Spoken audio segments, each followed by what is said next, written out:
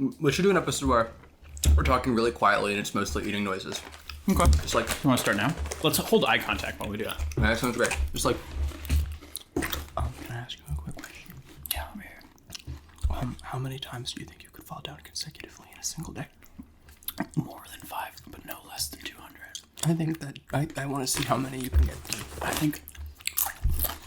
1 second. I think it would be really... 1 sec. I think I could fall down upwards of 1,000 times. I think that sounds really good. You can't hear it, but I'm smoking 5 cigarettes simultaneously right now. 1 second. Hold on. Hold on, let me... What did you say? Hold on, can I...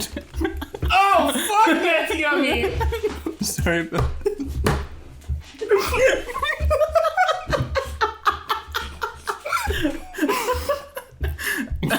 Oh, I I got something in my eye. We need to put the That snacks actually away. happened. Wait. We got 2 okay, snacks. no. You want to? You want one? Okay. We're gonna put that in? We'll find out this time on Haha Yeah. Ha yeah. With hyperrealistic stuff, this is ha yeah. With hyperrealistic stuff, this is ha yeah. With hyperrealistic stuff, this is ha yeah. With hyperrealistic stuff, this is ha yeah. With hyperrealistic stuff, this is ha yeah. With hyperrealistic stuff, this is ha yeah. With hyperrealistic stuff, this is ha yeah. With hyperrealistic stuff, this is ha yeah. With hyperrealistic stuff, this is ha yeah. With hyperrealistic stuff, this is ha yeah. With hyperrealistic stuff. Another excellent contribution from Jay at Snouts It Online. So fucking good. So good. Fantastic. Astonishing. Totally gorgeous. I just love to see it. I love to see it Not every only I love week. to see it, I love to hear it. Oof. It's just so much fun. Super, super grateful that everybody sends these in. It's like amazing every time. Literally makes my week every time. Definitely. So a big blush from me. You can see me blushing red in my room. Ooh, and speaking of blushing, Uh-oh. is the moon blushing right now? Or is it...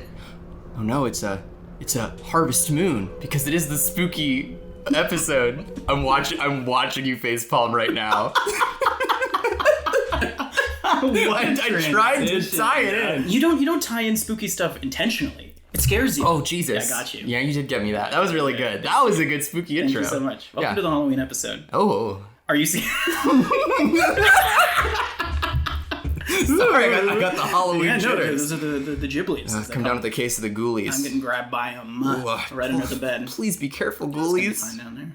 So yeah, I think the thing about Halloween, I want to start this episode by saying I'm opposed to Halloween. Emotionally. Okay. I'm a big coward. I don't like horror movies. I don't like bones crunching and cracking in the night. What I do like is it's less scared and more like existentially intimidated. I want to get in on like a David Lynch horrific, like A Room Without Air is both extremely scary and extremely enticing to me. Okay. Does that make sense? I actually would agree with this. So long as we're talking about inscrutable, horrific experiences. We can touch on this. This is a thing we've fleshed out previously for a long time. I want to talk about You're Gone. Yes. Okay, great. I'm glad you brought it up. Yeah. You're Gone is a series of magic tricks that, and this is so important, only Penn and Teller can perform. They're the only ones. They're the only ones who are going to be able to perform these magic tricks, and everyone else is not acceptable. So it's a 2-part trick. Here's the first part. So, Penn and Teller, they're doing their normal kind of like regular magic thing. And also, this is not necessarily an endorsement of Penn and Teller. I'm pretty sure that Penn's politics are like fucked up and bad. Yeah. Oh, not at all. This is, in fact, if anything, the fact that they're like associated with what we're about to lay out is a damning indictment. Yeah, this is an indictment of Penn and Teller. Yes, Yeah, absolutely. this is what's going to They're end on their trial careers. here. Yeah, absolutely. So it's like a normal like Penn and Teller type magic Show trick. up to the Vegas show. Yeah, and it's All like the the plaid, the glitz pomp and and the circumstance. the little like acrylic box. Oh, yes. The whole Ooh. thing. And then all of a sudden, all the lights go dim, except for one piercing spotlight on Teller, who is normally, as we know, silent. And Teller just spreads arms and leans back and just emits so loud the Feel Good Inc. laugh from the song Feel Good Inc. by Gorillaz. And Penn is just floating in the abyss of this sound. The entire audience silent. There's like this low ring in the audience of sound, like, what's going on? Like, why is this happening? Can't move. Yeah, no one can move. All the strength in their body has been sapped. By this They're pressed into amazing, the seat. so loud laugh. No air in the room. Oh my god, just completely enrapturing. Then all of a sudden, just everything goes back to normal, and the trick keeps going, and it's just And like they as do if the it never rest of the happened, show, and never they stop mentioned people. again. No. So that's part one of You're Gone. That is, to me, okay, so in my mind, I love that part of You're Gone, but especially because of the sort of, I can only imagine being an audience member that has experienced that and who's ready for the next part. Yeah. And that's the really exciting part. So the second part is the absolute kind of like tour de force, the piece de resistance of You're Gone. It's so exciting. It's all You're Gone, baby. Yeah, so this is a magic trick that involves a volunteer from the audience, but actually it involves hundreds of them because there's only one person who's not complicit in You're Gone. We're flipping the script. Absolutely. You're Gone is so there's one person who's been predefined at the very start of the show as the person who is going to get You're Gone. They're getting gone. They're getting gone. No, they're not disappearing. You're getting gone. Right, and they don't know that they've been selected for that. They're going through this entire thing like it's normal. Oh, that little laugh was weird. Yeah. The laugh was really confusing, but it's fine other than that. And then Penn is like, okay, we need a volunteer from the audience, and everyone's like, oh, who's it gonna be? But they all know it's this one person, and the one person is picked up from who me? And then they're pulled up onto the stage, and they're sat down in a little chair, and Penn is like, this next trick is called You're Gone, and they take a big sheet and they pull it over the person, and then there you can hear like, okay, like now we're gonna do You're Gone on the count of 3. The drum. And then all of a sudden they pull the sheet off, and all the lights get white hot, and everyone is dead silent. And Penn and Teller are just looking at you, and everyone's looking at you. And then suddenly, one person in the audience just goes, You're gone. And then another. You're gone. And then another. You're gone? And just a cacophony of You're gone. Gone. You're gone. You're gone. You're gone. Different volumes. Yeah. Different intensities, different people. You're gone. You're gone. Just hundreds. And you're just, anything you say, anything you do, it doesn't matter. Right. Completely disabled, Penn and Teller. Yeah. You're gone. You're gone. And then eventually they just kind of quietly put the sheet back over you, and they pull it off again, and everything's back to normal. Ooh, wow. Oh my God. You were gone. That's crazy. And that's You're Gone. So here's the thing. That's You're Gone. You're Gone has like been something that has existed in my life for a few months now, and it's never really left me. Oh, yeah. It's amazing to me every time. Yeah. And I'd like to tease that apart for just 1 second. First, the role reversal of everybody being limp and helpless, and then just Penn and Teller being limp and helpless. Yeah, I think it's really exciting. The social element of being told you were gone. Being the person in the seat who is gone, that is the most exquisite torture. Yeah. I can't even imagine. Right. Do you think that person would like get up and like protest? Do you sink into your chair? Well, the best part about You're Gone is that it doesn't matter what that person does. They can literally do anything, get up and they're scream, gone. You're gone. Yeah. You're gone. Yeah. You're gone. And eventually it just ends whenever Penn and Teller decide that it's... They drop the sheet on you. And then they pull it back off, and it's like, oh my God, you were gone. And there's no way to communicate what happened to you. There's no way to express it. It's like the ultimate terrifying experience. I love it. Just here's your own personal little world of confusion and torment that you will never have human solidarity in this experience. It's like, that's what makes it scary. Nobody else will know what it's like to be gone. It is a tactical gaslighting. It's like, which is like on one level funny, on another like exquisitely scary. Like, that would make like I don't think, okay, in terms of an experience that we foist on someone, maybe not cool. As like a scene in a movie. Yeah. Oh my God. Yeah. And we should really underscore, don't You're Gone anybody. Do never ever not get You're Gone hundreds somebody. of peers together. Do not hire Penn and Teller. Even if it's 6 people, don't do Gone it. somebody. No one should be gone at any point. If you're listening to this, you're here and you're present, you're with us, and we're here to guide you through this horrifying We're here to explore this idea, but not to endorse. No, ever. Right. As we said, this is an indictment. Yeah. It's fucked up that Penn and Teller would do this. I think it's weird and bad that Penn and Teller specifically would do this. We're shouting you out. Yeah, at Penn, at Twitter. Go on twitter.com, go to type in Penn and Teller, why would you do You're Gone? And just hit send. What, are we You're Goning Penn and Teller? They have bad politics, it's not a big deal. This is Hyperlink. I'm editing this episode right now, and my lawyer advised me to say to not do this. Just don't do it.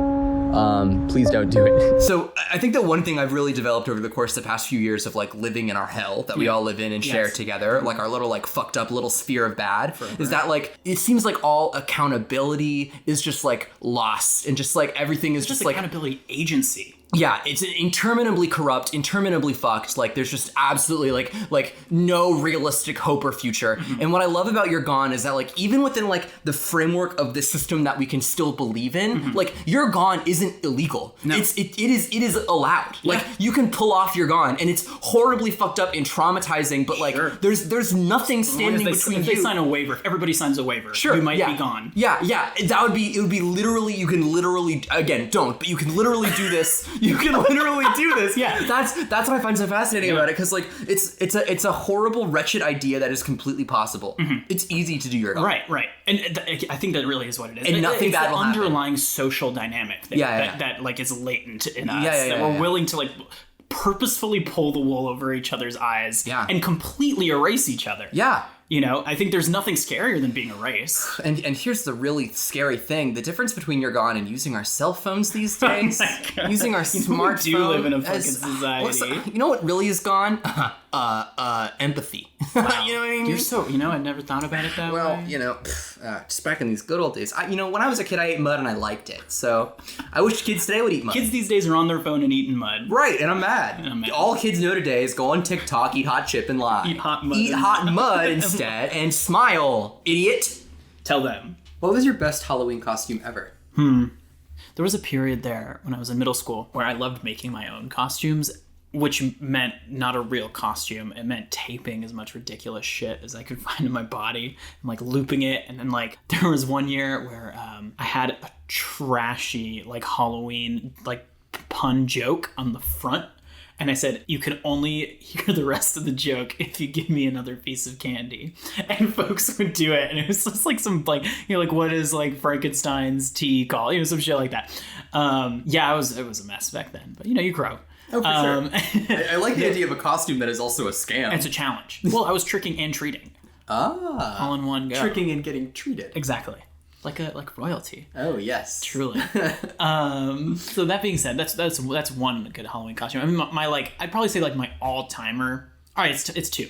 One was like the most bitching scuba diver costume I've like ever seen. It was so cool. It was complete with like the flippers and like the inflatable like back thing. I loved that. No, but in 2015, sexy Bernie Sanders absolutely took the lead. Yes, and you knew me that. I did. That was one of our first times ever hanging out. Yeah, basically it consisted of me like just getting some like baking powder or whatever in my hair, like getting some drugstore glasses, kind of like a suit coat. The flimsiest, most uncomfortable mesh shirt I ever had, and just had my nips fully out in like the cold of the air. I wish I could remember what I said because I slammed like an entire bottle of wine that night. I remember when I got there, you were starting to drink the bottle of wine, and then before we went to the other party we were actually going to, it was gone. Yes, no, that was a sloppy night. But there was like a lot of body doing this sort of 1% of 1% of 1% of Americans, 100% of the whatever. I was very happy with that. What I'm very much looking forward to, on November 1st of all days, I'm going to this party, and I bought a child's skeleton costume, and I don't fit inside of it. No. I tried it on, I cannot get my... If I could dislocate my shoulders, I might be able to get into it, but I can't it's far too tight. So what I'm going to literally do is I'm going to cut it into a crop top, and it's just going to be like full child-sized skeleton arms, nips out, and just like the mask part all there. That's fantastic. Yeah, I think it's going to be really like weird and slutty. I really love that. Yeah. So that one, I mean, there's going to be... I have a party this weekend and no costume. Oh. I've got to figure something out. I was going to borrow my weird crop top. I mean, it is a work party. Okay, maybe not. I mean, I'll figure something out. I figure like I could do like a Shrek. I've already got like the sort of swamp core clothing. That's real. I feel like that'd be really silly for you. What's up? I'm Shrek though. Haha. I am Shrek though. I'm Shrek. Yeah. Nice to meet you. just ironic disaffected Shrek. Yeah. I'm Shrek by the way. So. Oh, I am Shrek though. Are you worried about that? I'm Shrek. Hey, can we talk? I'm really worried about the fact that you're Shrek, honestly. I'm a little distressed, dog. Worried about how Shrek you are, dude. Dog, I noticed I was picking up your Shrek energy and it's kind of scaring me. I think it's funnier the other way. It's like, I'm picking up that you're not cool with this Shrek energy that I'm bringing to this party. I'm Shrek, but like, does that bother you, dog? Like, seriously, like, I didn't mean to like bring this up on this like night. Like, I know we're just here to have It was like your party really right, exciting. Yeah. I was honestly really stoked when you invited me, but I mean, I don't know. I feel like I brought something weird tonight. I don't want this within 5 minutes of walking in the door. No one else is there yet. Yeah. Listen, can you sit down? Dog. No. Sorry, I was really feeling the Shrek energy. I don't want to make you uncomfortable. Ever since I walked in here, you've been staring daggers at me. You just could not stop. I mean, let's bring this up. I don't want this to come between. Can I go back and smoke a cigarette, dog? I just really. Hey, I love you, man. Dog, I mean, I'm not even drunk or anything. Just like, if I do anything tonight that's like, oh, like that's really too Shrek for me, like, dog, I so get Open it. communication is super important. Right, To me. yeah. I think that It doesn't have to be this party means more to me than this costume does. Honestly, Do you want me to go home and not be Shrek anymore? Do you want me to go home and take this off and come back? I will go. I will go. I will fucking call a car right now. All right, you're sure it's okay? Okay. All right, fine. Okay, shit. Well, I really appreciate being Anyway, cool. I know. Anyway, get out of my swamp. sorry. Oh god, no, I felt that was too far. No, sorry. Yeah, no. Thanks for communicating that with me. Yeah, no. Oh god, it's a difficult line. I just get really into it. For the rest of the party, you just sort of stand there and look at them, Just like breathing It's heavily. like, is it mouthing. Is this okay? Is this good? Is this good? Yeah. Everybody's having a great time sipping Heinekens. Nightmare Before Christmas on the TV. Everyone's having. Hey, is this following you around? Yeah. Hey, is this cool? Hey, what's up? It's loud in here. Is it okay? What's up, dog? Vibe check though. Like, is everything still cool? Shrek check, dude. Am I too in character right now? Talk to me. Dog, I mean, hey, I'm not Mike Myers. Right. I'm not. I want to let you know, this whole costume thing, it's all pretend. It's It doesn't have to be. It just. I'm not Mike Myers. I'm not even Shrek. Like, I don't even know. This isn't a swamp. Right, I'm at for your sure. house. Yeah, I'm at your house, dog. Doesn't have to Was be. that donkey texting you? Yeah, It's okay. Take sorry. it to Yeah. No, I'm not actually Shrek. I can't believe I keep having to telling this dog this. It's fucking crazy. The Yeah. energy's totally different. Yeah. You're pissed at them. I'm not Shrek. I'm completely painted green. Why would you say that about me, dog? Bro. Every time I come around, you want to tell me I look like Shrek. It's the best part of this is that the homeowner is completely silent. yeah. Just like completely stone faced. Just waiting for this to end. Or even checked out entirely. Like not even looking. I'm not Shrek. Bro, why do you keep saying that I'm fucking Shrek? And the other person just is staring into the middle distance, not even there. Not even in a Just costume. in a rocking chair. Yeah. Bro. No, it's grandma. What are you, donkey or so? Are you Fionaing me right now, dog? This is just like that time I rescued Fiona from the tower. Bro, this is some fucking Farquaad shit. I said it, dog. This is some fucking Farquaad ass shit, bro. Completely listless. Like can't even look at them. Just only breathing in. I'm Shrek, I promise you. Dog, look, we need to figure out this Shrek thing because I'm starting to get really pissed off. Wow. I did go for Shrek for Halloween though once. Did you? Yeah, I did. Full makeup? No, mask. Shrek mask? Shrek mask. It wasn't good. It wasn't a I good don't costume. like. Okay. Yeah, I was like 8. Did you wear like the leather jerkin and the Henley? Whatever they had at like Halloween City. Halloween.com. What should they be doing with Halloween stores the rest of the year? Keep them open. Keep them open all year long. Are you not Shrek? Get in here. You're looking really not like Elvira, Mistress of the Night right now, dog. We don't need you to step inside and get some goth shit This going is on. not an ironic costume you've got on. This is not like a funny political costume. Get in here. Here's exactly what I want. Yeah. It's just the exact selection Yeah. of a contemporary Halloween store, but with the vibe of like a Free People type store. What's a Free People? Oh, it's like one of those like millennial boutiques. It's like, Okay. hey, White thank walls. you so much for coming. Yeah, it's kind of like with the pale colors. hey, thank you so much for coming down. So just so you know, everything in this corner of the store is going to be 15% off for you. That's going to be all of our goth shit and all of our Shrek shit. Yeah, just let me know if you have any questions. My name's Amber. And I'll she's be over just, by like, the pink so blood. cool. Yeah, I'll be over by the pink blood. It's a DHL by Frank Ocean is playing. Wow. These are like really reasonably priced wigs Like they have here. $15 fucking trashy blue wig. Yeah, just Sailor absolute Moon shit. outfit. Like, In like the fucking overwhelming plastic. Yes, oh just my like God. like a bird mask Yeah. and shit. Are you finding everything okay today? is that in your size? Okay, I mean, like, we don't really have, like, a back type thing. A lot of people think that we do, but, like, we actually don't have anything like that. So just, like, if you could just go check. I want this person to be operating a cash register that's bigger than they are. Just... Did you find anything alright today? Like on a stool trying to peek over it. Hello! Did you find anything alright today? Welcome to Halloween Town. Clunk. Just so you know, if you download our app, you're gonna be able to get 10% off your purchase today. Clonk, clonk, clonk. Ding clunk. Maybe it's a cash register store for the rest of the year. Maybe the person is a cash register. Clonk, clonk, clonk. Hello. Do you need anything? Are you all finished today? Quick. Opening those. It's really good. Oh, I like this person. First of all, I adore them and their huge steel body. I was gonna say just make it a nice park in there, indoor park. Oh yeah, wet, humid, just a swamp in there. Yeah, well, not a swamp. That's too far. That's expensive. But it's a topiary. It's fine. Yeah. Okay. Come on in. There's a lot of listless folks who want to start a garden. That's real. Every month. Besides Hey, I found a witch's hat on the ground. Oh yeah, that's from our off season. Sweeps it right sorry, away. No, yeah, we keep those in the back. We do have it back. Halloween is the off season. Yeah, Halloween is the off season for this arboretum that is just trees indoors. Yeah. Damn. Getting close to August, so we're gonna put all the trees away and bring out some like $5 costumes. It's gonna be like really sick. Rips them out. Just Guys, old growth trees. We gotta get some donkey costumes in here and her big cash register. Can you guys almost in here? It looks like a swamp in here. Wow. You need to put the trees in the back. Can I ask you a question? Oh, yeah. We've already talked about this, but just tell me again about your recurring nightmare with the wolves and the slides. I'm not gonna share this with everyone. No, I'm okay, not. no, I think promise. it's so I said I good. get to share this with everyone. Yeah, it's so divine. Oh, it's a good, yeah. So, I'm a bit of a freak. My subconscious is definitely a bit of a freak. When I was a kid, everybody has like recurring nightmares. I had this recurring nightmare where I was in a pit with a wolf, and it's not what you might expect.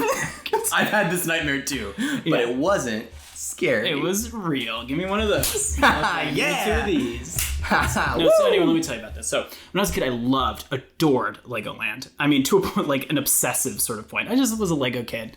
Can we talk about like architecturally why you like Legoland though? Yeah, I guess we can touch on that. I think that like it's okay. My opinion on Legoland has evolved. Aesthetically, I think that it's stunning just because it is like more artificial than Disneyland is. It like completely embraces like the postmodern deconstructed Lego brick as like a motif. Everywhere you look, it's like a perfectly faceless Lego man that like, is not Mickey Mouse. It's not Goofy, but like he's on like a lamppost and you're like, this is like the being, this total toy. Or like they have these big like, like hedges that are trimmed into the shape of Lego brick. It's like very bizarre. It feels like you're in a toy box. Yes. But like it's just landscaped in such a way that's like totally dreamy. It's separated into different themed lands, and like there's like the dinosaur land, and like they have the big dinosaurs that are made of bricks, and like a lot of water features. It's just very dreamy to me. And like what I think a lot of it is nostalgia. I think politically, like now that I have like a little distance from it, I definitely see it as like, this is still a brand. This is still a toy. Yeah, there's still like,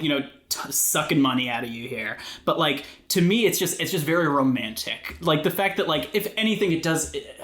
I'm loath to endorse a brand on here, but it is a brand that endorses creativity, which is something that I can get behind, and it kind of tries to like reflect that in its like developed physical space. I think that like there is like I've approached it previously from like a situationist perspective, or rather a unitary urbanist perspective, where it's like this city. Okay, how about this? A utopian Legoland is a unitary urbanist utopia.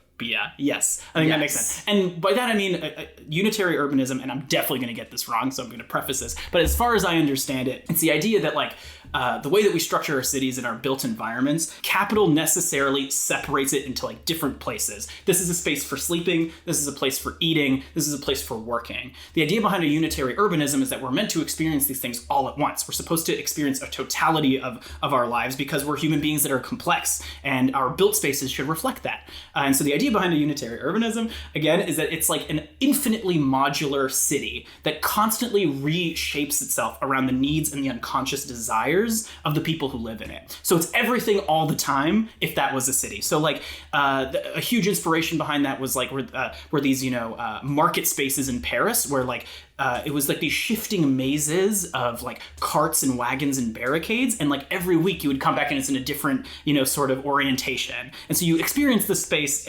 totally at the whims of the people around you, and it's like supposed to like communalize you, and it bucks that alienation, because all of a sudden like not only are you working in producing commodities, you're also working in producing the space around you at all times. Legoland as an idea in my head does reflect that, because it is ostensibly, right, a place of sheer imagination that is, figuratively made of these building blocks that you have this childlike association of joy with, and that it should be something that you get to like piece together and build together and create.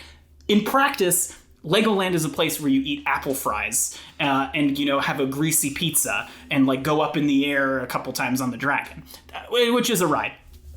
Legoland could be something so exciting, so visionary. I mean, imagine a theme park where you get to enter and make the theme park.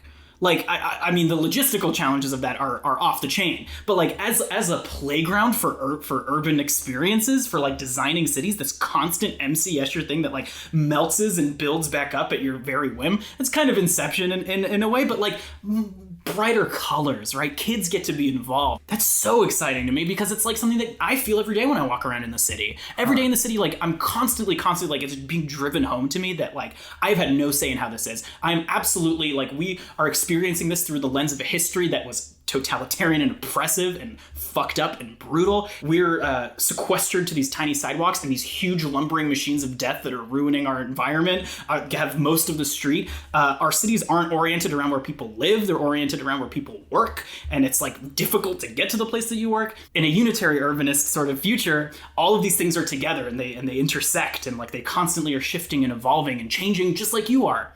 That's fucking awesome. That would be a cool Legoland. That would be a cool Legoland. I'm really inspired by this cool Legoland.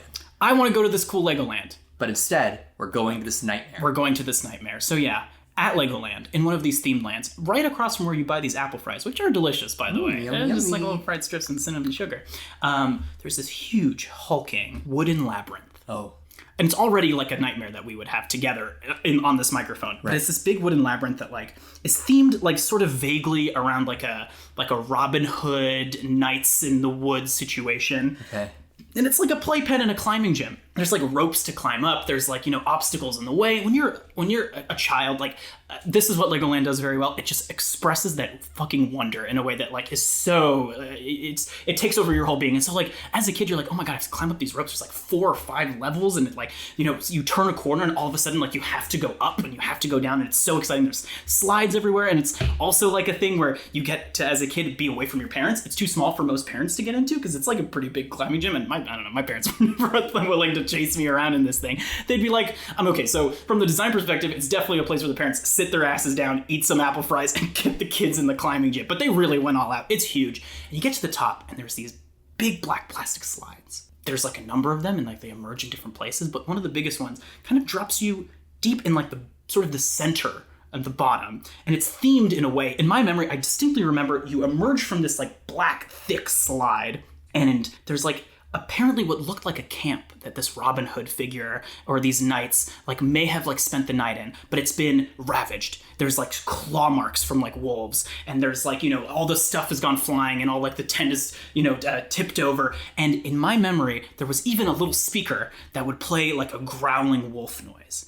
And occasionally, like this place in my mind was unmappable. I was like, I don't know where I'm going to go next. Occasionally you'd emerge into this place and it would be fucking terrifying. You're like, there's this wolf, I don't know what's gonna happen, and you'd book it, and you'd make it all the way to your mom who was like eating apple fries, and that's the fucking thing. That stayed with me for a very long time. I was a very impressionable kid. I think I'm still an impressionable person now, but for, I would say, years after this experience, I would have these recurring nightmares, and they'd come and go. I'd have them like for like, sometimes night after night after night for a week, where I would wake up, and I was underground. It was like these blank cement walls, and these wood chips on the ground. Sometimes there'd be like little steel tables, but generally it was just me underground trapped. On each end are 2 thick black slides that lead all the way up to the surface. And you can see light on the other hand. Now, we've talked about slides a little bit on this podcast, but you know what it's like to try and clamber up a slide. Right, absolutely. I mean, it's like you're slipping. It's so scary and you can't do it. So like usually the way the dream would start is like, I'd be like, okay, I'm in here. I want to get out. And like you try and clamber up and like you just can't. And I'm like, okay, what's going to happen next? The thing that happens next is there's apparently in there with me this horrific purple Muppet wolf. Sometimes on the table, sometimes just the threat, just the idea that this wolf is coming and I can see it in my mind's eye. And like the desperation mounts and I'm like, I need to get out of here. And I'm like scrabbling against the slide, like you as desperately as you possibly can. And like usually what would end up happening is I'm like halfway up, I'm almost to like this exit to the light, and I would look down and the wolf would just be there, boom, and then I wake. And then you run to your parents and crying. Jesus. Yeah, I really love this nightmare. I mean, to me, I've like it's one thing to be like, okay, it's just a dream, but we all know that dreams are real. So let's talk about why that might be. Well, there's something about the fact that the wolf is a Muppet and the wolf is a cartoon. That is what I connect with most. Because, like, Really? yeah. Because on one hand, it's like, oh, it's scary that it's a wolf. Like, the wolf is going to bite you and it's going to hurt. Like, that's scary. But, like, what I really connect with is like dream logic of like the purple wolf that is a constructed Muppet character that is like really like probably small and not that intimidating, but in the logic of the dream is warped to like massive properties. You're done. Yeah. But like, I mean, this is a wolf that is like not real, but also like as a result of that unreality, not bound to any of the conventions of realness, right? Like in the same way that like Elmo can like be trapped behind like a table, but then also like appear to walk suddenly out of nowhere. Like this wolf has these same unknowable characteristics. Absolutely. Yeah. I think there's an element of that. To me, the part of the dream that like sticks out to me is the wood chips on the ground, and I'm certain that is like similar to what's at that playpen. There's something about that, not even the cement wall. If it was like a cement wall, the fact that it's like clearly designed for children, and there's slides on either end, that like, and then like that is like the ground of it. That like there's a purpose that this is here, and then like I mean just the sheer. I'm like thinking about it right now. I can like vividly imagine it, just scrabbling against that unforgiving plastic. Oh my god. So scary. Wow. Yeah, no, it fucked me up for a long time. Then I would have like weird dreams. I guess looking back, they're night terrors. One time there was a zombie wearing my mom's favorite t-shirt. Wow. Looming over my bed, and I had to run by it. Yeah. When you're a kid, I mean, like those the edges between reality and unreality are so fluid, and like that's something that we just lose. You just lose that, and I think that's like probably the appeal. I have a question on here, like why is Halloween so cute? Oh. And like why does that you know, resonate with so many people, especially queer people? And I think there's something easily to be said, queer people, masks, you know, getting to, you know, hide your identity or disguise your identity to let loose. There's like all sorts of, you know, readings there. But I think there's something to be said as like the moment where reality and unreality kind of start blending together, and like you end at the very edge of that. Yeah, that's really interesting. And I think there is a lot to be said, you know, in terms of like queer experience of life, but like the specific themes that are parts of Halloween that like we kind of like get to like all come together to celebrate being significant. But like I am really interested in this idea of just like unreality becoming part of reality and like turning almost like a playful eye toward what is unexplainable and unknowable about the human experience. Absolutely. Being really fascinating. Super fascinating. And that's something that I wrote a post about. So basically we just ended up talking about like, I don't know, myths and shit for like another 20 minutes. And we didn't really do an outro, but like that was the Halloween episode of Yeah. We really hope you enjoyed it as much as we did. Yeah. And Halloween is soon. And also God's favorite day. Thank you for listening. Thank you for leaving. Haha, yeah. Don't let the door hit you in the ass on the way out. Get the fuck out. Love you. Bye. This show is a proud member of the Mastodon Podcast Network.